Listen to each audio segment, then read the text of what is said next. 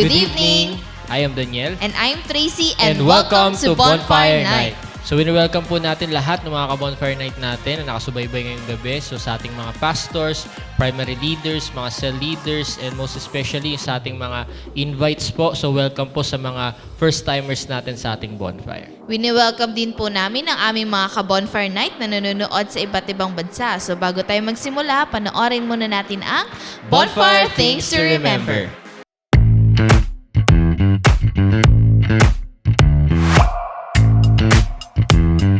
Here are your bonfire things to remember. Bring your notebook, Bible, and ballpen. Open your heart to the message. Hashtag Puspus Yarn. No unnecessary activities while watching. Hashtag multitasker. Wag ganon. Focus on the message through our speakers. No? Kasi kung makikita natin, ang gaganda ng promise. Ang gaganda ng Hashtag promise. focus ka lang. Invite and tag your friends. Be a blessing. Hashtag friendship goals. Engage by sharing your thoughts and leave comments below. Respond to the message and take action. Oh, huwag kalimutan mga ka-bonfire ha. Paalam!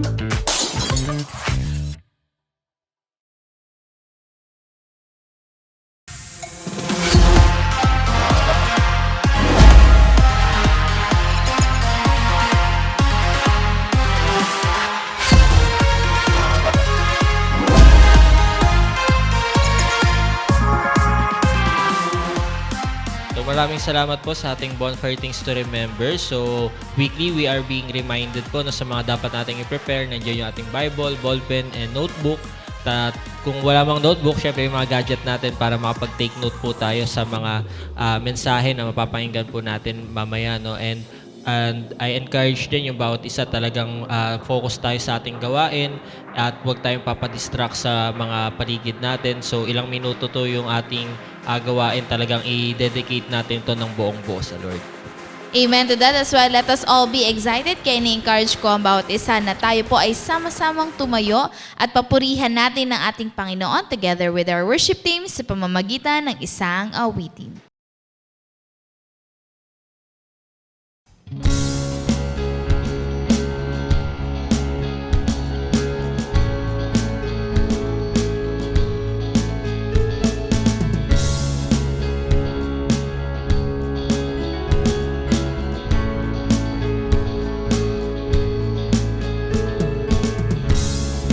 Here I am before you, falling in love and sin.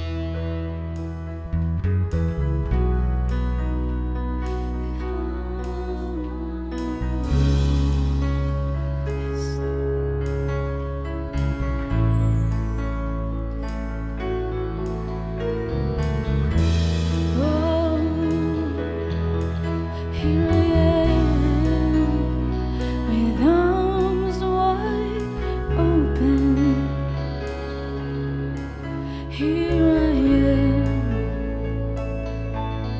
So I shout out your name from the rooftops. I proclaim that I am yours. I am yours.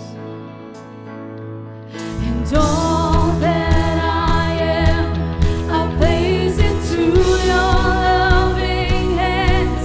That I am yours. I am yours.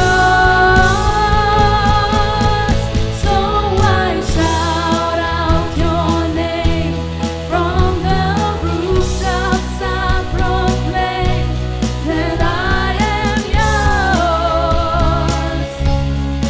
I am yours. And all that I am, I place into your loving hands. That I am yours. I am yours. Here I am, I stand with arms wide open to the one, the Son, the everlasting God, the everlasting God. Here I am, I stand with arms wide open to the one, the Son, the everlasting God, the everlasting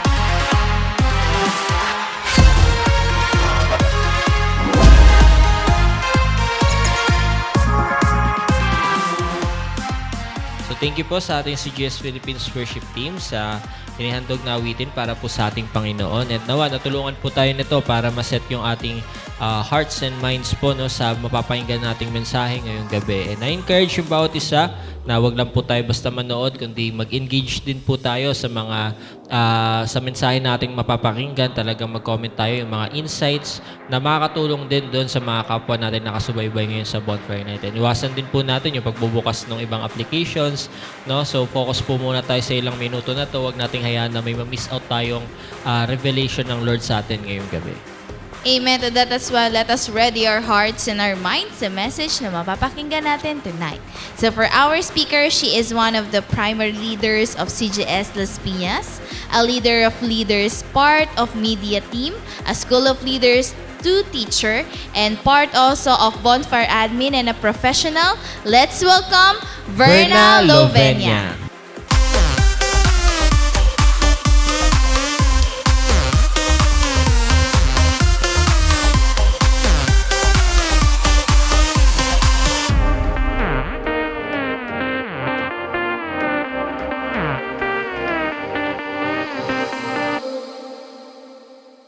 So, good evening po sa ating mga ka-bonfire. So, good evening po sa lahat ng nanonood ng live sa atin tonight. So, bago po tayo mag-start, let us open in prayer. So, let's pray. Praise you, Father God, Panginoon. Salamat po sa gabing ito, Panginoon, na pinagkaloob mo sa amin. We pray, Panginoon, na gabayan mo kami, Panginoon, sa aming gawain, Panginoon. I pray, Holy Spirit, ako po inyong samahan sa pag-deliver ng inyong message. And I pray sa bawat nanonood sa oras na to, Panginoon, may you continue to give wisdom and strength to everyone, Panginoon. And sa lahat po ng aming mapapakinggan, we pray na ma-apply po namin ito sa aming personal and spiritual journey, Panginoon. Thank you, Lord. We give you all the glory and praises in Jesus' name. Amen and amen. So, binabati ko po ulit ang bawat isa ng magandang gabi. So, mag-comment nga po tayo dyan. Good evening, mga ka-bonfire. Ayan. So, ngayon po, gusto kong i-open yung isang topic na alam ko lahat tayo dapat ma-remind. And ngayon, October na. So, kailangan, kumbaga, nagiging ito as urgency sa bawat isa sa atin. So, this thing is not just a duty, pero nakita ko siya na privilege bilang isang disciple ng ating Panginoon, and that is sharing the gospel. So, sa mundo po natin ngayon, alam naman natin na puno ng uncertainty, confusion, and so many voices are competing for attention. And tayo na mga disciples and leaders na pinagkatiwalaan ng vision and mission na meron tayo up to this date, di ba? Winning souls and making disciples. So, ang part natin is to spread hope, peace, and salvation na matatagpuan lang sa ating Panginoon. And nakita ko na mahalaga talaga na continuous yung pag-share natin ng gospel dahil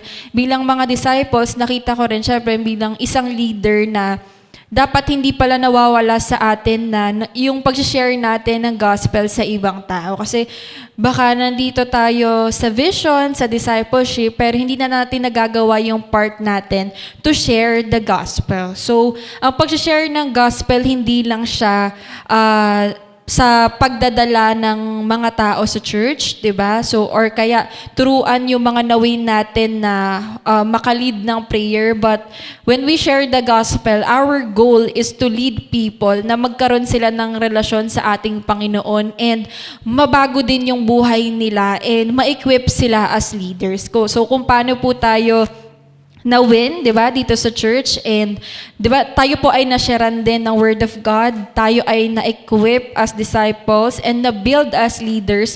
Ganon din yung heart natin sa mga tao sa paligid natin. So, yan yung essence ng discipleship. So, nagsisimula yan sa pagbabahagi ng message of hope sa pamamagitan ng relasyon sa ating Panginoon, di ba? So, when they feel the presence of God, they will have a transformed life. So, tayo mismo, mga disciples and leaders, yung magti-take action to share the gospel. So, hindi sila ang lalapit sa atin, pero tayo mismo po ang umahayo at naghahanap sa mga tao na to na mababahagian natin ang salita ng ating Panginoon. So tonight, we will have a moment to reflect yung walk natin with Christ, di ba? As disciples or leaders, are we doing our part in sharing the gospel? So yung pinagkatiwala ba na vision and mission sa atin ng ating Panginoon to make disciples of all nations, nagagawa ba natin na ito? O baka nagme-make disciples lang tayo kapag convenient for us. Pero tonight, let us all be reminded na ang pag-share ng gospel, it is a lifestyle. So, ang ating Panginoon, di ba, in His own words, di ba, makita natin na He calls us to this important mission. So, ang ating text for tonight ay matatagpuan sa Matthew 28:19-20, nakabisado ng bawat isa sa atin. So, sabi doon, "Therefore go and make disciples of all nations, baptizing them in the name of the Father, and of the Son, and of the Holy Spirit, teaching them to obey everything I have commanded you, and surely I am with you always to the very end of the age." So ang nais ko pong ibahagi sa bawat isa ngayon ay why sharing the gospel matters. Diba? Bakit nga ba mahalaga na tayo ay magbahagi ng gospel sa mga tao sa paligid natin? So makita natin na ang mundo po natin ngayon is in need talaga ng Word of God, ng presence ng ating Panginoon. So, if we are not sharing the gospel, saan po tayo busy? Diba? Saan natin mas ini-spend yung ating mga oras, yung ating panahon, yung ating finances? Diba? So, baka marami tayong travel goals pero wala tayong discipleship goals. Diba? Marami tayong personal goals pero wala na dun yung goals natin para sa vision and mission na pinagkatiwala sa atin ng ating Panginoon. So, bakit nga ba mahalaga na tayo ay nagbabahagi ng salita ng ating Panginoon? So, una, it starts the discipleship journey. So, sabi nga sa Matthew 28:19, "Therefore, go and make disciples of all nations." Diba yan yung sabi sa verse 19? So, dito sa generation na meron tayo, lahat ng tao is kapag wala pang relationship sa ating Panginoon, they search for meaning. Ano ba ang kahulugan ng aking buhay? Yun yung reflection ng mga tao na walang relasyon sa ating Panginoon. So they are finding their meaning, they are finding their purpose, di ba? Yung iba, dinedicate nila yung buhay nila sa career, sa pag-aaral, sa pagyaman. Pero hindi nila nakita yung part na kailangan din na talagang pinaprioritize natin yung ating spiritual life. So, kaya nandito tayong mga disciples and leaders, we introduce the gospel to them, di ba? The gospel introduces people to Jesus. Yan ang foundation of true discipleship. Dahil mahirap na mag-make disciples without sharing the good news first. So, nagsisimula talaga ang discipleship kapag ang isang tao na-encounter niya na si Jesus Christ through the gospel, and tayo, we help them grow in their faith. So, ang ginagawa natin is we guide them to follow Christ more deeply. So, makita natin na ang discipleship, blessing talaga siya sa atin dahil ito yung tumulong sa atin to have a restored life and ma-restore din tayo sa presence ng ating Panginoon. So, makita natin ang picture kasi ng generation natin today. There are many people na nakaka-experience ng depression and anxiety. Pag hindi mo talaga alam yung purpose mo and yung meaning ng iyong buhay, hanap-hanapin mo talaga siya. And until we encounter Jesus Christ and tayong mga disciple po ang makakatulong sa mga tao na ito na makapagsimula ng kanilang discipleship journey when we share the gospel. So, ang command ng ating Panginoon, sabi sa verse, "Therefore go and make disciples of all nations." So yung command niya na go, meaning that dapat we are actively called to reach out to others. So ang pag-share ng gospel, dyan nagsa-start yung discipleship process. So mahirap na mag-make disciples if yung mga tao sa paligid natin ay hindi natin binabahagian ang salita ng ating Panginoon. So no one is responding to the good news because we are not preaching the good news. So by sharing the gospel, ino-open natin yung door for others to encounter Jesus and begin their own walk of faith. So makita po natin, lahat naman po tayo, di ba marami po dito na win online. So nung nabahagian po tayo ng gospel, naging intentional yung ating mga leaders sa atin, 'di ba? Nakapag kinonsolidate tayo, nakapag-encounter tayo, 'di ba? And so on, and doon talaga tayo mas nahubog and nabago ng ating Panginoon yung ating mga buhay. So, sa panahon po natin ngayon, marami naghahanap ng kasagutan sa mga tanong nila in life, naghahanap ng hope kung may pag-asa pa ba ang kanilang mga buhay and purpose. And kapag nag-share po tayo ng gospel, hindi lang po tayo nag-i-impart ng, kumbaga, information sa kanila, but we impart that we introduce na mahalaga na meron silang relationship sa ating Panginoon.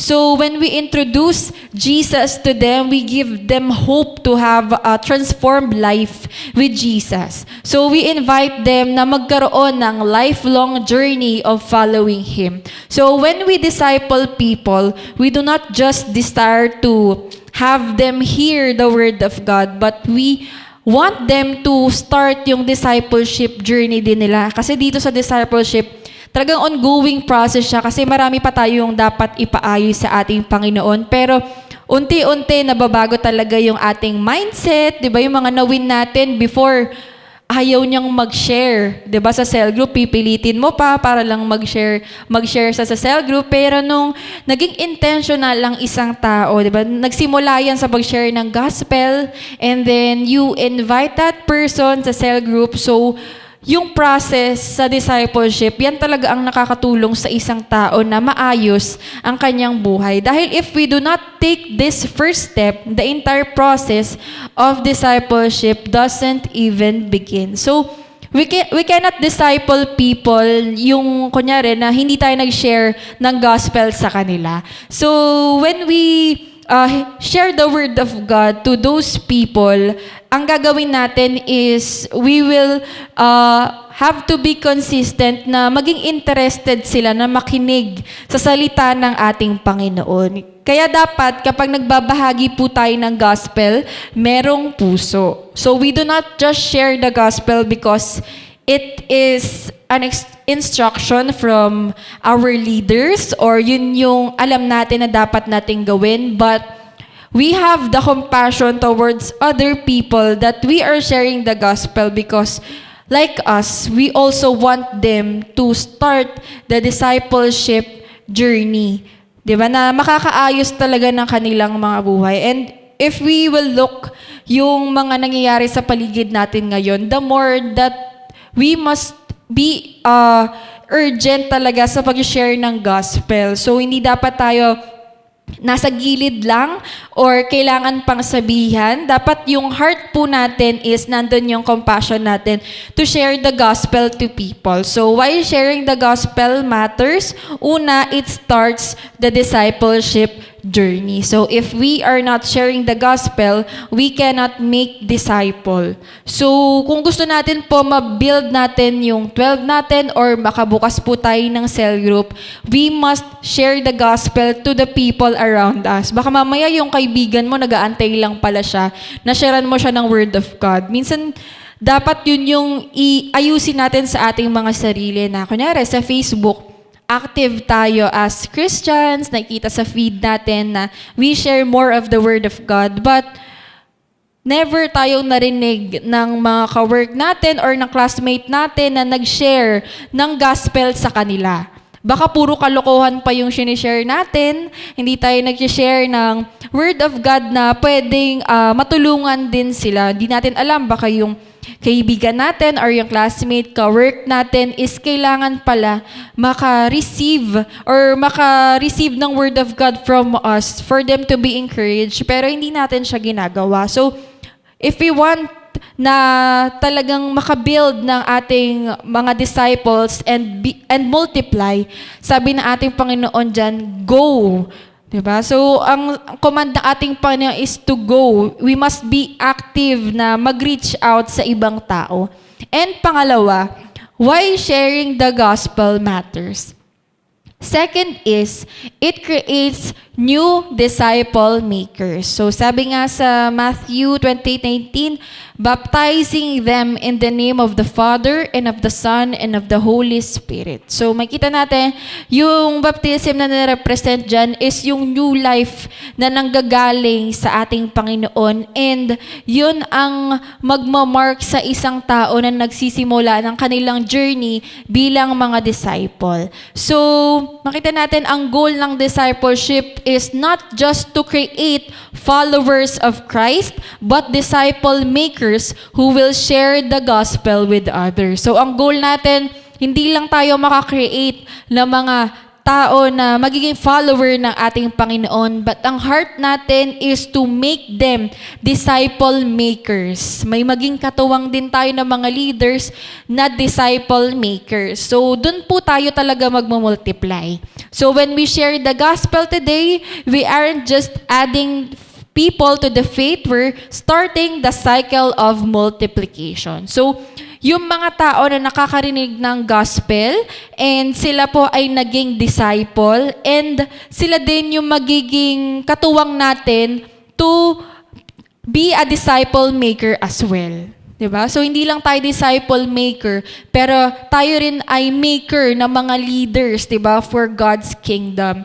So, yun yung maging heart natin. So, kung gusto po natin mag-multiply, yun yung talagang kailangan natin gawin. Mag-share tayo ng gospel, and we must be intentional to that person, so that person can be our partner in creating disciple makers. So, hindi lang ikaw yung disciple maker, pero yung mga primary leader mo din, disciple makers na rin sila dahil naging leader sila. So, yung multiplication of disciple makers is how the gospel continues to spread. So, hindi ka lang basta nagkaroon ng isang katuwang, new disciple maker, pero nagkaroon ka rin ng katuwang na tayo talaga ay matulungan na mag-spread ng Word of God. So, yung heart na meron ka as disciples or leaders, pag yan natanim din sa puso nung taong winin mo at siya ay naging disciple maker, ganun din yung magiging heart niya sa ibang tao. So, tayo is makita natin as disciples, yung mga tao, they come to Christ and they are called to grow in faith also and ultimately maging disciple maker themselves. So, ang Great Commission ng ating Panginoon is not just about creating believers. Yung discipleship kasi, kaya maganda ang discipleship dahil ito ay intentional.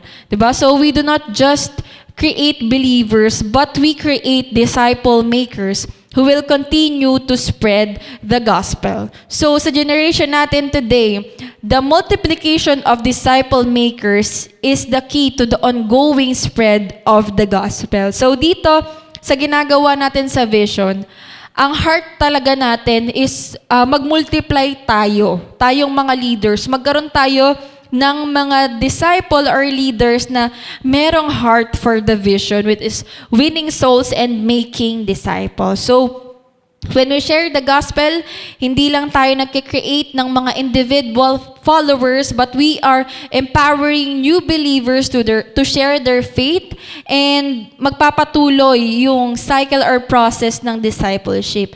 Kaya nga, di ba, sabi dun sa verse, di ba, dapat to the ends of the earth. So, ganon mangyayari. This is how the gospel reaches to the ends of the earth. One disciple who makes another disciple who then makes another. So, you cannot create a new disciple maker if you are not sharing the gospel. Kaya nga, tayong lahat ng mga leaders is hindi tayo makampante na wala kaming nagiging bagong disciple or leaders.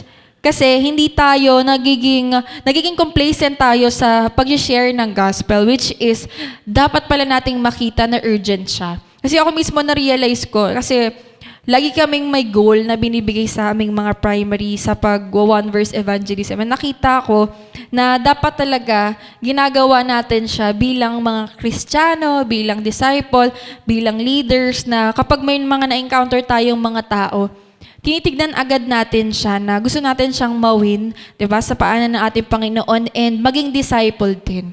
Kasi kung saang environment naman tayo naroon, marami tayong stories na naririnig sa paligid natin and may mga iba-ibang problema ang mga tao. Pero nakita ko, isa lang talaga ang answer sa lahat ng problema na nag-exist ngayon, and that is Jesus Christ. Diba? So, when we become a disciple and leader ng ating Panginoon, our priorities changes. So, when we are busy sharing the gospel, we are busy creating new disciple makers. And when we are busy sa pag-build talaga ng mga leaders, we have no time on our own issues in life. Kumbaga, hindi mo na nakita yung buhay ng ibang tao kasi busy ka na sa pag-share ng gospel. And I think that's just a waste of time kapag tayo mismo may mga time pa tayo sa ating mga sarili na alam natin hindi naman nakaka-glorify yan sa ating Panginoon. So nakita ko nga na kapag busy pala ako na mag-share ng Word of God or ng Gospel sa ibang tao is natatanggal ko yung mga pagkakaroon ng pag-iisip sa mga bagay na hindi naman beneficial sa ginagawa ko sa vision. So, mas focus ka, ano ba yung strategy na pwede kong gawin? Or sino pa ba yung kailangan kong bahagian ng salita ng Diyos na never ko pang na-share ng Word of God, diba? So yun yung i-goal natin na kunyari, saan man tayong environment nilagay ng ating Panginoon, kilala ka bilang isang Kristiyano, kilala ka bilang isang disciple, kilala ka bilang may influence to share the Word of God. So kapag ganito po yung heart natin sa paligid natin, talagang posible na ma-build po natin yung ating pangarap na 12 leaders, primary leaders, and sila rin merong mga sariling mga inaalagaan. So, alam ko walang imposible sa ating Panginoon. We just have to go back to the start, and that is to share the gospel to people, because that's where the discipleship journey starts. And through that, kapag tayo ay merong perseverance, we can create new disciple makers, and the gospel reaches to the ends of the earth.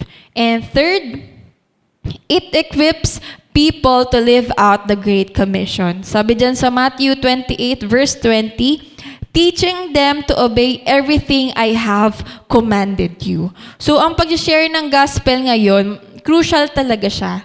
Because it empowers people to live out their purpose in Christ and maging active part din ng Great Commission. So nakita ko nga, ang discipleship talaga, it is not just about learning about God, but it's about actively participating in His mission.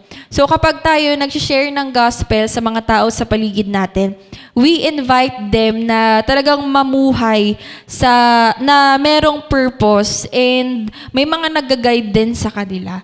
And nakita natin tayo rin mismo, nung nandito tayo sa church, naging leaders and disciples tayo, na-equip talaga tayo to do the Great Commission. And nakita ko na hindi complete ang discipleship kapag hindi nililid ang isang Kristiyano na maging active sa pag-share ng good news sa ibang tao. So, kailangan tayo mismo mabuksan yung ating mga mata bago matapos itong taon na to, na makita natin yung, kung kunyari nagkulang tayo sa time sa pag-share ng gospel sa ibang tao, pwede tayong bumawi sa ating Panginoon and talagang gawin natin yung part natin to share the gospel to people.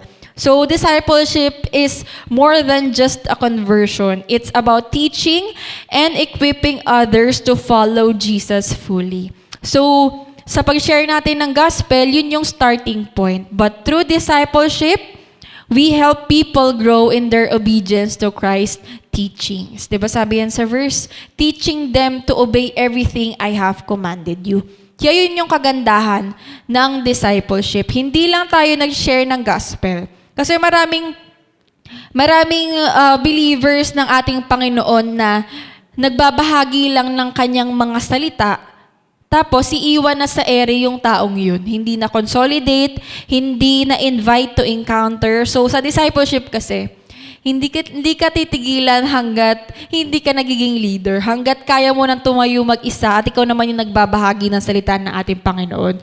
So yun yung beauty ng discipleship. So when you share the gospel to people, hindi mo siya papabayaan, pero magiging masigasig ka na i-consolidate mo siya. Kaya praise God sa mga buhay po ng mga disciples and leaders. So magpasalamat po tayo sa ating mga leaders na matyagang nag-consolidate sa atin from lesson 1 to 10 na naglaan talaga ng oras for us to receive yung transformed life in Christ.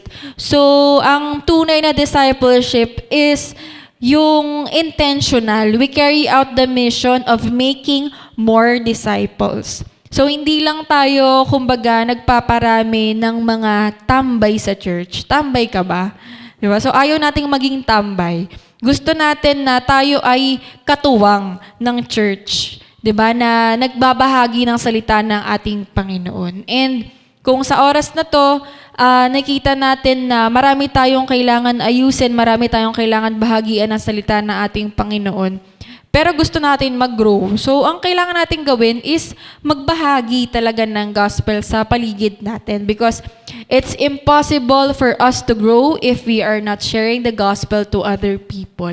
So, hindi pwede na parang lalapit ako sa'yo. Parang, sharean mo nga ako ng gospel. Di ba? Yung unbeliever pa yung lumapit sa'yo para lang bahagian mo siya ng salita ng ating Panginoon. O kunyari, si Wiz. Ba, yung kahit graduate na siya, di ba, nag-reach out yung mga classmate niya na, sharean mo naman ako ng word of God kasi nadi-discourage ako ngayon, di ba? So, yun yung mga kailangan nating ayusin, na tayo mismo, tayo yung lalapit sa mga hindi pa nakakarinig ng gospel all their life. And who could have known, di ba, yung binahagian mo na tao na yan pala yung multiplier sa'yo, yan pala yung magdadala sa'yo ng bagong church, di ba, na magiging part ng CGS Philippines, di ba? So, sa ating conclusion, so sabi dito, sharing the gospel is crucial because it begins the discipleship journey. It leads people to Jesus and equips them to grow in faith and share the good news with others, fulfilling the Great Commission. Discipleship starts with the gospel. So, we must ask ourselves, are we doing our part? Are we sharing the gospel and leading others to Jesus?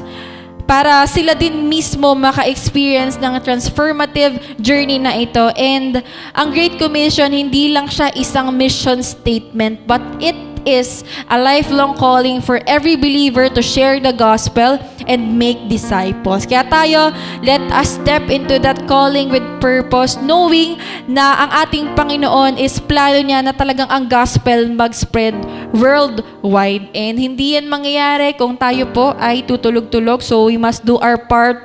Share the gospel. Do not share negative vibes. Diba? Marami ng negative sa paligid eh. So tayo yung isa sa mag-share ng positive sa ating paligid na kapag nakita ka nila, di ba, nabibless ako sa iyo, para kang pag naglalakad, para kang may sariling ring light, di ba? Kasi nabibless sila sa atin. Hindi yung parang kunyari pag lumapit tayo, andyan na naman si ano, di ba? Kumbaga, dapat ang laman ng ating bibig is blessing sa paligid natin. So, ang gawin natin, mag-focus tayo mag-share ng gospel, wag na yung mga ibang bagay na hindi nakakabigay ng peace sa atin. So, dun tayo sa bagay na alam natin or purpose na makakapagbigay ng peace sa ating puso at buhay. So, let us close in prayer. Let's pray. Praise you, Father God. Panginoon, salamat po sa gabing ito, Lord, na niremind mo kami na mag-share kami ng gospel at kumilos at tumayo at huwag magtutulog-tulog, Panginoon. And we pray, Lord, na kami po ay inyong tulungan sa araw-araw na magkaroon ng initiative to share the gospel upang kami ay makabuild ng new disciples and new disciple makers, Panginoon, all for your glory and purpose, Panginoon. Thank you, Lord, and we give you all the glory and praises in Jesus' name. Amen and amen. So, salamat po and God bless. So, see you po sa ating live bonfire anniversary.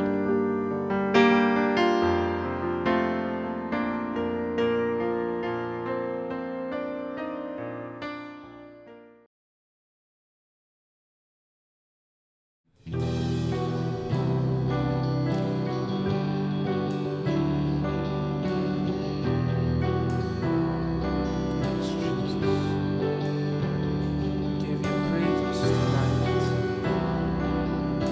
Yours the glory.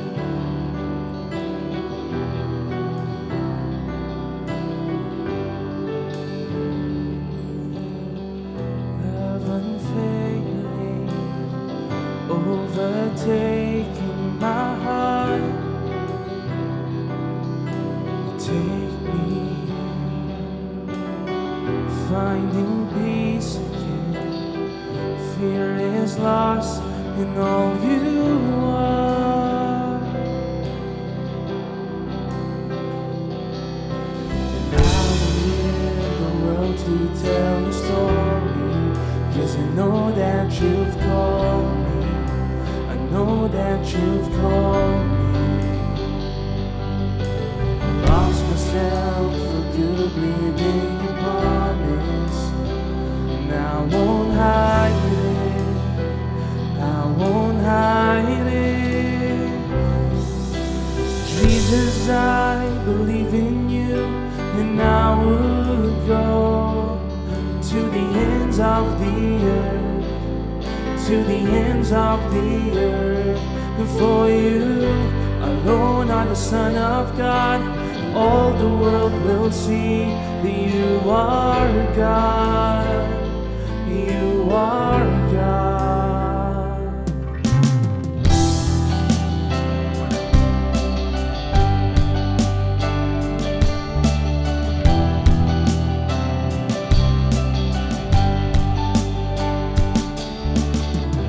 Love unfailing, overtaking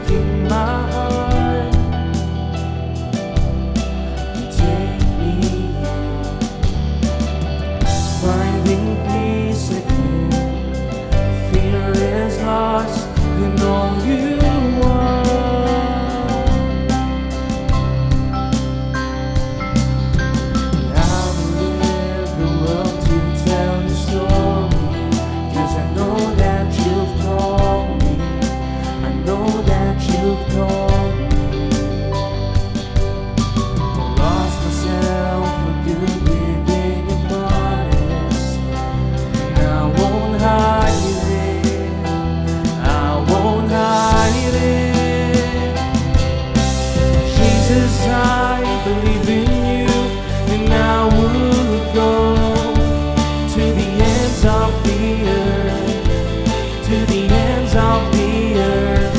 For you alone are the Son of God. All the world will see that you are God. You are God. And Jesus, I believe in you, and I would go to the ends of the earth, to the ends of the earth. For you alone are the Son of God. All the world will see that you are God. You are God.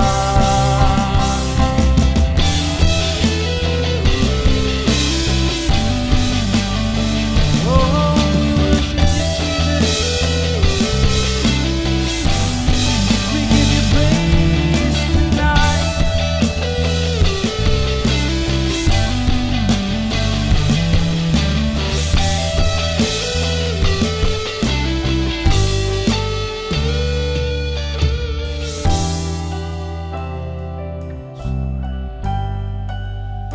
Thank you, Jesus.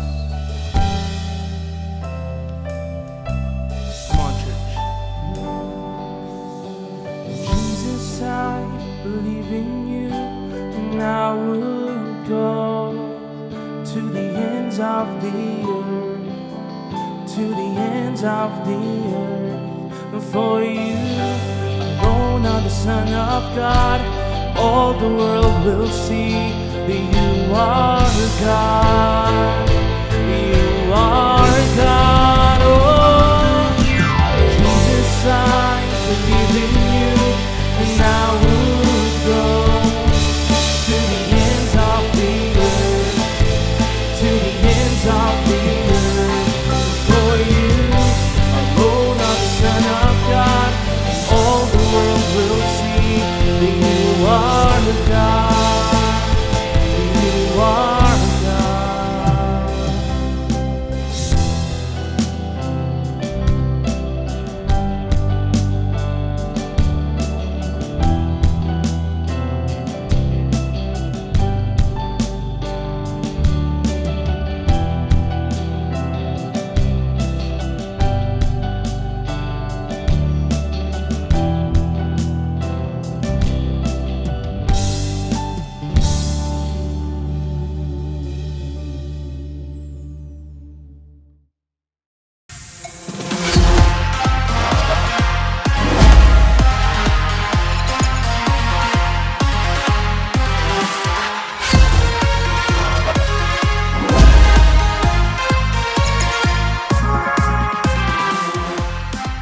Thank you and praise God, Vern, sa message na initid mo sa bawat isa. At alam ko na ang bawat isa rin ay maraming natutunan. That's why we encourage everyone na patuloy niyo pong i-post ang inyong mga takeaway lines sa inyong mga social media platforms using these hashtags.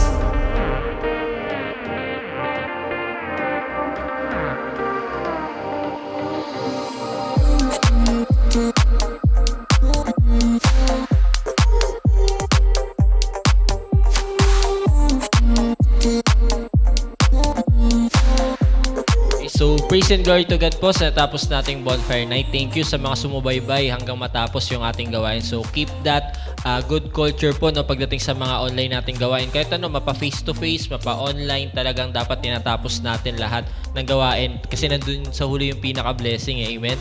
At para sa Panginoon ito. And nawa, ang bawat isa po sa atin na pagpala sa ating bonfire night ngayong gabi. And we continue to encourage yung lahat na nakasubaybay po to continue to support our social media accounts. Nandiyan po yung ating CGS Philippines Facebook page, yung ating CGS Philippines Bonfire Facebook page. So, meron din po tayong YouTube channel, yung ating TikTok and Instagram. So, yung mga social media platforms na yan, talagang dapat massive din yung pag-share natin sa mga postings ng ating church talaga para makakontribute tayo. Application agad, napakinggan nating message na talagang magsimula tayo sa winning and talagang eventually yung mamawin natin, ma-disciple po natin all for God's glory.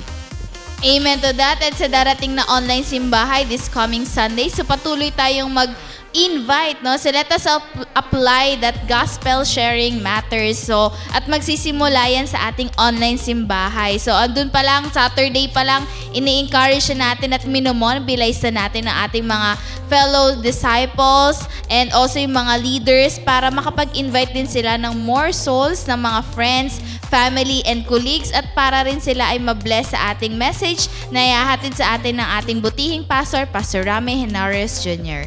So, thank you and God bless.